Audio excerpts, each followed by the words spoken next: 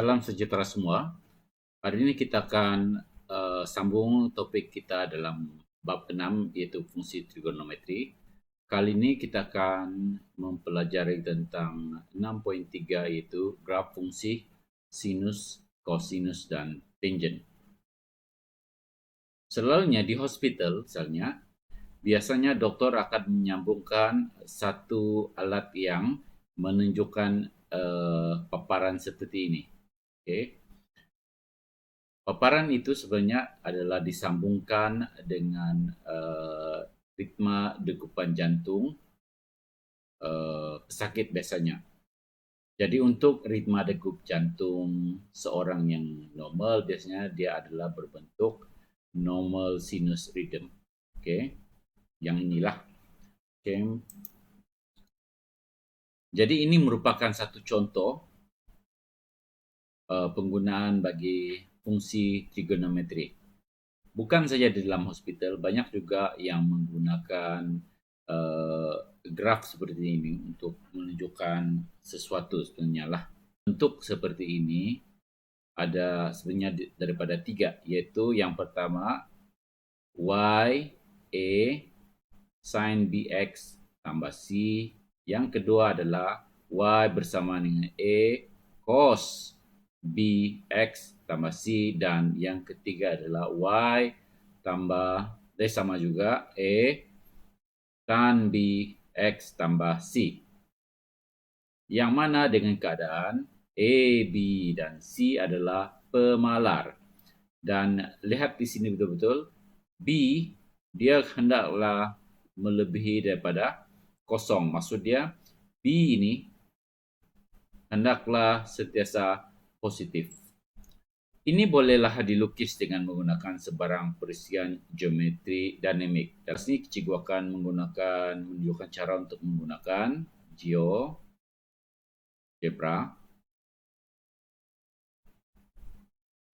Perisian ini free, hanya perlu mendaftar dan boleh terus gunakan. Ataupun satu lagi ialah melukisnya secara manual dengan menggunakan jadual dan kertas graf. Okey.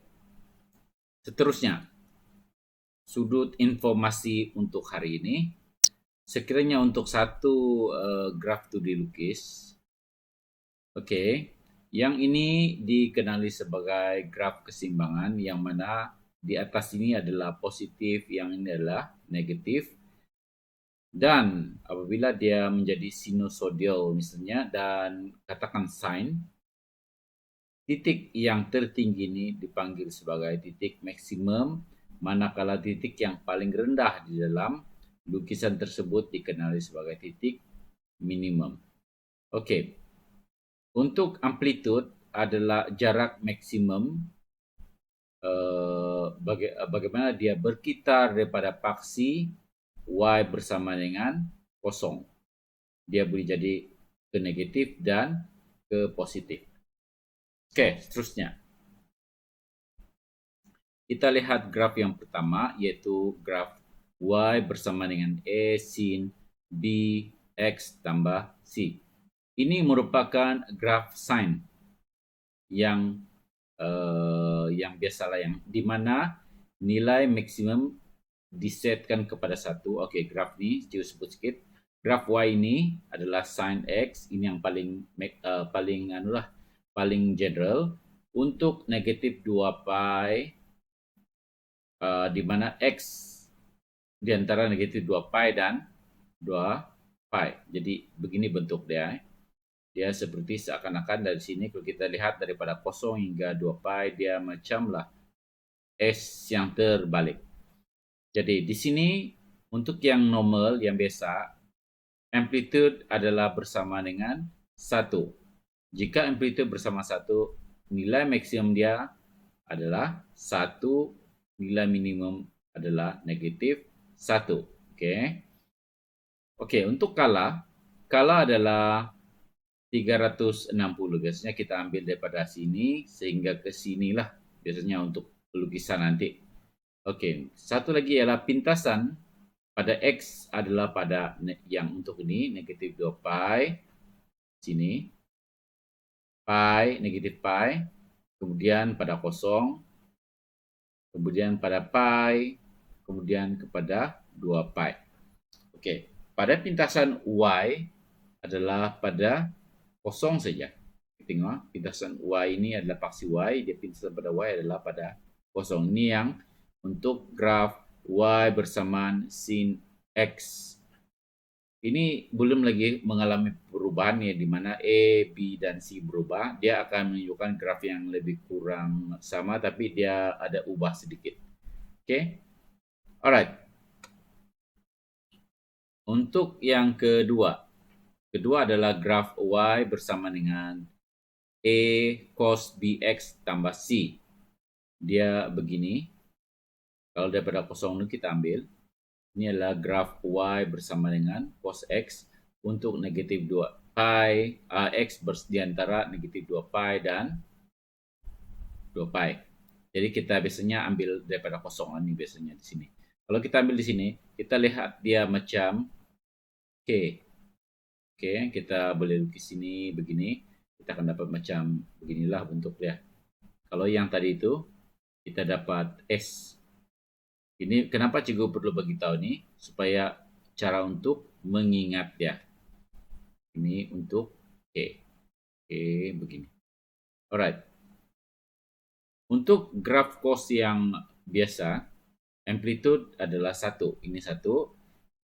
Di mana nilai maksimum adalah bersama dengan 1. Nilai minimum bersama dengan negatif 1. Untuk skala, biasanya dimulakan daripada 0 hingga 2 pi, yaitu bersama dengan 360. Oke, kita boleh represent paksi X ini dengan menggunakan radian ataupun degree. So, dua-dua boleh. Untuk pintasan pada paksi X, dia memintas untuk yang daripada 0 sajalah. Dia akan meminta pada setengah. Yang ini saya cikgu tidak akan describe ya. Oke, dia akan memintas pada pi per 2 dan juga pada 3 pi per 2. Coba bandingkan yang ini cos dengan sin. Oke. Di manakah pintasan dia berlaku. Dan pintasan untuk y adalah pada 1. Oke, kalau pintasan untuk sin adalah pada 0, pintasan y untuk cos adalah pada 1. Oke, itu untuk sin dan cos. Untuk tan, untuk graf y bersama dengan tan x untuk negatif 2 pi, x adalah di antara negatif 2 pi dengan 2 pi. Kita lihat yang ini saja, yang positif. Dia tidak ada amplitude. Dan titik ini, garis ini, dia menghampiri 90 derajat y ya. Ini dikenali sebagai titik asimtot. Asimtot. Dia mau menghampiri saja. Oke, ini graf y bersama dengan tan x tidak ada amplitude. Juga tidak ada nilai maksimum dan minimum y. Untuk skala, dia adalah 180 atau pi saja. Skala dia. Ini sampai sini, lepas itu dia repeat sebenarnya. Asimtot berlaku pada, kalau yang full ini dia berlaku pada negatif 3 per 2. Yang di sini ini asimtot, garis yang titik-titik ini. Kemudian dia juga berlaku, asimtot itu berlaku pada negatif pi per 2. Dan seterusnya dia berlaku pada pi per 2. Dan satu lagi ialah 3 pi per 2. Ini pattern ini dia akan continue bergantung kepada apa yang dikehendaki oleh soalan misalnya. Dan satu lagi pintasan y adalah pada 0 sini. Oke, itu adalah 3 jenis graf yang biasa digunakan di dalam graf fungsi trigonometri. Seterusnya, konsep ini akan dijelaskan dengan lebih lanjut dengan menggunakan GeoGebra. Oke, bagaimana maksud cikgu ialah jika kita membuat perubahan pada A, B, dan C, apakah yang berlaku kepada bentuk graf itu? Oke, secara kita klik tadi itu, kita akan dapat paparan seperti ini. Ini cikgu ada sediakan sedikit resources di dalam ini untuk mempelajari tentang graf fungsi sinus, cosinus, dan tangent. Sebenarnya GeoGebra ini sangat baiklah untuk melihat bagaimana graf itu berubah jika kita membuat perubahan kepada nilai A, B, dan C. Mari kita klik kan. Ini untuk register ini free saja. Kamu just pergi GeoGebra di sana, type GeoGebra dan masuk daftar dan boleh guna apa juga resources yang ada di dalam itu. Oke, cikgu klik sekarang. Oke, ini adalah graf fungsi cosinus dan tangent. Kita lihat di sini A out, ini A out. A out adalah dia punya amplitude. Oke, kita tengok apa yang berlaku kalau A out kita tambahkan. Kita tambah. Oke, kita lihat jika A out itu ditambah ini, dia punya amplitude nilai untuk dia punya amplitude. Oke, amplitude. Jadi sekarang berubah, dia beginilah. Oke, apa berlaku kalau kita kasih tambah lagi? Dia akan begitu, dia bertambah. Oke, apa juga kalau kita mengurangkan dan pergi ke arah negatif? Oke, jika lihat 0,8 kita terus ke arah negatif, graf itu akan dia terbalik. Sinus tapi keadaannya terbalik. Oke, kita kembali kepada 1. Oke, bagaimana pula kalau ini diubah? A in. Apa dia in? Oh, ini kita kasih 1, sorry. Kita 1, ini memang 1 lah dia punya default. Oke, kalau in, dia akan menambahkan bilangan gelombang. Kalau kita lihat gelombang penuh yang juga sebut tadi adalah satu kitaran adalah bersama dengan untuk sinus adalah dari sini sehinggalah sini.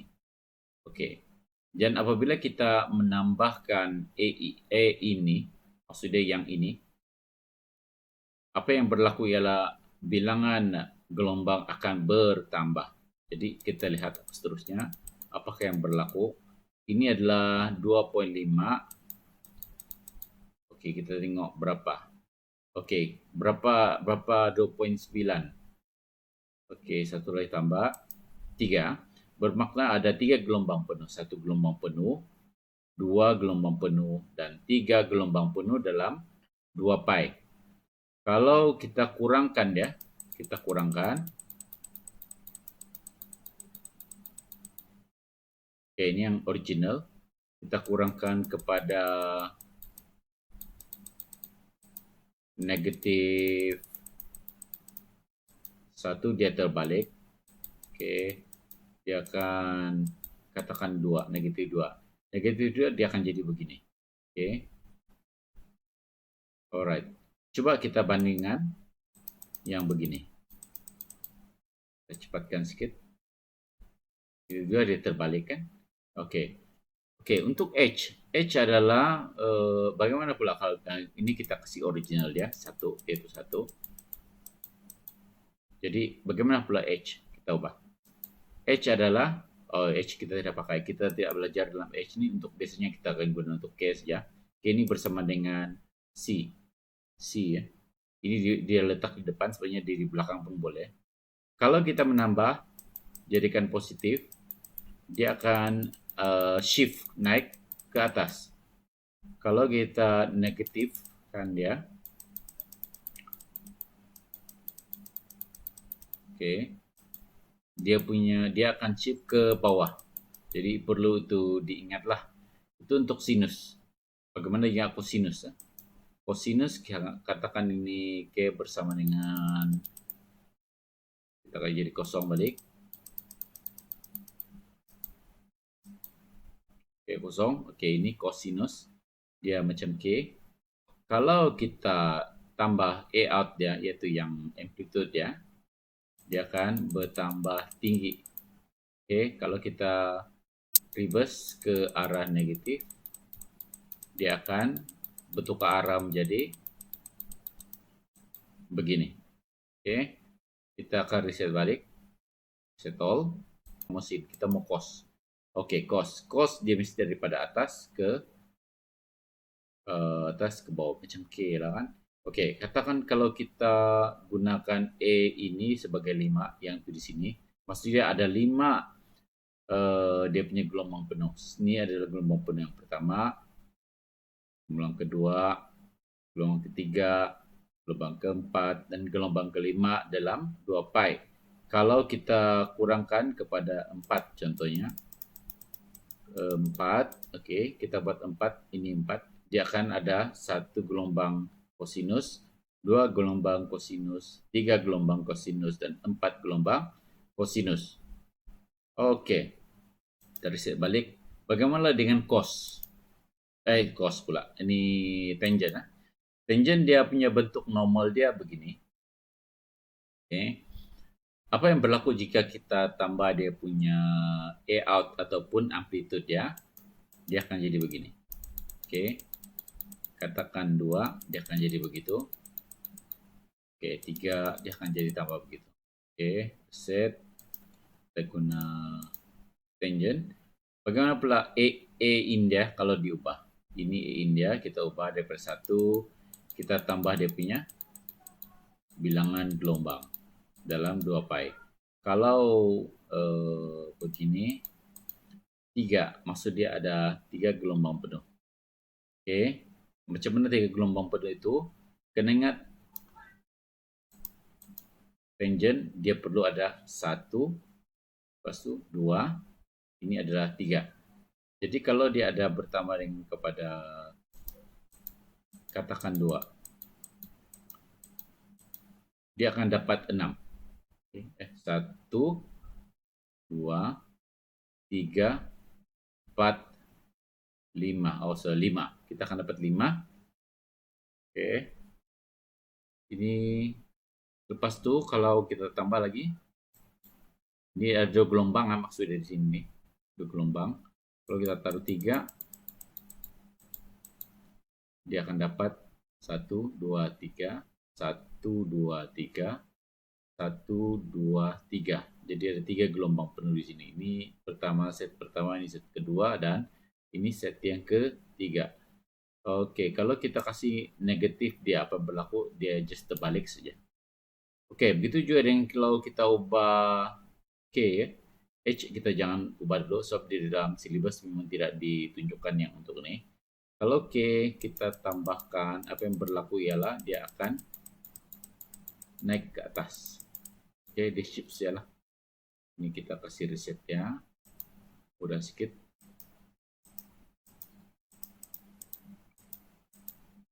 Tangent ya. Lepas tu kita tengok apa yang berlaku kalau kita ubah K. Dia akan naik ke atas ya. Kalau kita kasih jadikan dia negatif, dia akan jadi turun. Oke. Dalam GeoGebra juga selain pada sin, cos, dan tangent, dia juga mengajarkan bagaimana transformation untuk graf seperti cotangent, secant, dan cosecant. Ini juga boleh dilihat di sini ya, bagaimana bentuk dia. Ini sebenarnya untuk memudah kita memahami apakah yang akan berlaku sekiranya salah satu parameter itu diubah. Itu jadinya konsep. Jadi begitulah GeoGebra tadi. Jadi untuk hari ini saya akan berikan apa-apa latihan. Latihan akan diberikan pada kelas yang selanjutnya. Oke, sekian dan terima kasih.